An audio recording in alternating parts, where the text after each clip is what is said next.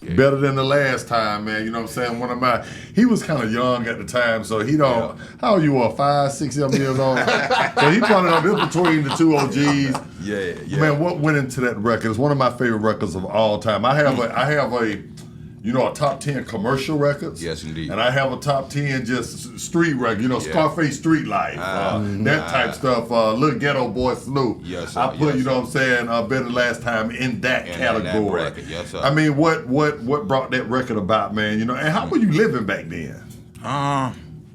It was just so hard, Yeah, real life, man. I used to hustle just like the average person do this, but I kept a day job, a night job, hustling on, a whole lot of things I tell you on the screen. But that part of climbing from where we was coming from, really deep in that Louisiana structure, we still under Napoleon law, if not the only state, one of the only states that got parishes. It's the same as counties, but we on that type of law, you know what I mean? The weed's still not legal, and a lot of what y'all go through in Georgia, and you think that, but we all got that southern struggle. Right. Yeah. You know what I mean? So we climbing like everybody else, like Dre say, the South got something to say, so we mashing, going hard as we can to let New York know we here, California know we here, and New Orleans coming from Baton Rouge before what's happening in Baton Rouge now. Shouts out the NBA young boy, one of the #1 artists in the country, despite, you know what I mean? But that record actually was Max Minnelli record, and just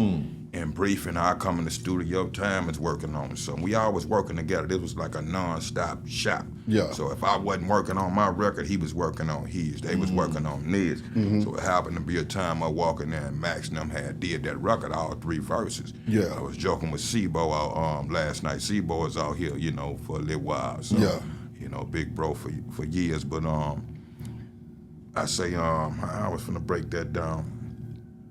He making that record, he had done the 3 verses, you said. Yeah, he had done this what I was saying about, man, back in the Gap, and y'all know this.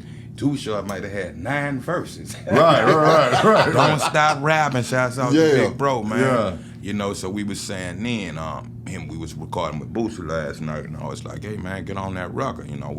Now the kid's attention span go back to Robert Johnson and Jimi Hendrix 2-minute records and shit like that. Yeah. Back then, you know what I'm saying? Short hair, you put on, Freaky Tales. Or, you know what I mean? The Dope Fiend beat, that shit, you know what I mean? It's 10 minutes. Time. Yeah, Come 10 on. minute season. So I walked in the studio, Max had 3 verses on it already. I was like, man, that's cool. That's a nice song, how it is. I love it, just like y'all love it. He say, nah, you get on the 4th verse. And I was like, nah, I don't want to touch it, just go ahead. And Joe, to add it to my collection plate, the bars in my word record, we just felt like it was a good idea. I put a verse on it. We did something I think been done the first time it's been done in hip hop. 22, 23 years later, if y'all hadn't saw it, we did a video for it. I don't know if you ever saw that. It's out now a few years back. But we reunited over, and everybody had their separatism, and we came back together shooting another video. I said, Matt, what we ought to do is shoot that like it's 97. And it's nice on the internet. Past 100,000 plus views or something like that. God. So, but 23 years later, took it back in time.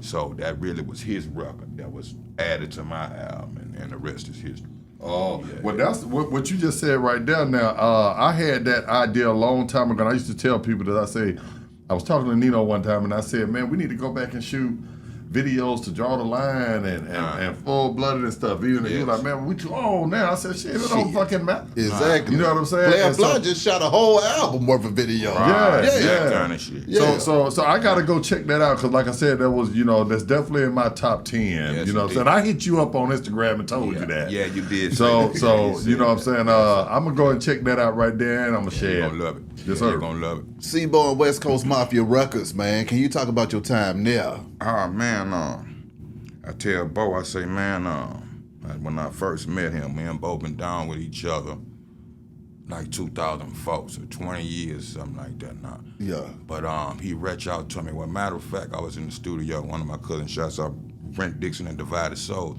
was in Brent's studio, and he come to me with a Murder Dog magazine. And and showed me a picture of Yuck Mouth and Sebo back to back.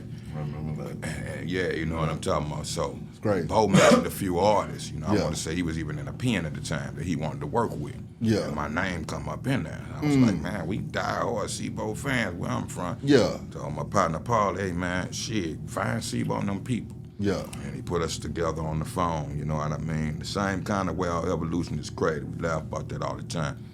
I'm in the parking lot of the apartments I was living at. My girl come out and say, hey, you know, Sebo is something on the phone. He says the same way he met Pop. Pop called him when he was in the pen. Damn. It was like, hey, you know, Bo on the phone, he told his girl, quit playing, when and that was Pop.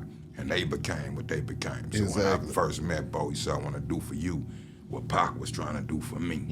You see what I'm saying? So I say, Rakim been my favorite rapper of all time, but when I met Bo, I say, nigga, you my favorite rapper. 'Cause you a nigga from North California, Yeah. LA, and we in priority over years. Yeah. That recognized me way down here in Baton Rouge, and in my time of need, you came and made sure I had something on that plate, bro, and still to this day, me and Bo. You know what I'm saying? So, yeah, shouts out Sebo, West Coast Mafia. What did Sebo say about working with Tupac, though, man, and his relationship with Pac?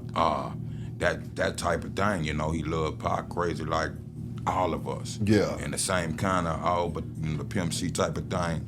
Soon as him and Pac was getting ready to do things, all that took place, you know what I mean? So, you know, that's real crazy. You know, I'm cool with Spice One, Yuck, and all those guys, the Outlaws. Yeah. I didn't get a chance to E40 and the whole clique, but I didn't get a chance to meet Pac. I come out there 6 months after the death of him, 3 months after the death of Big. Yeah. Yeah, so that type of thing. 96, 97 shit. Exactly. Yeah.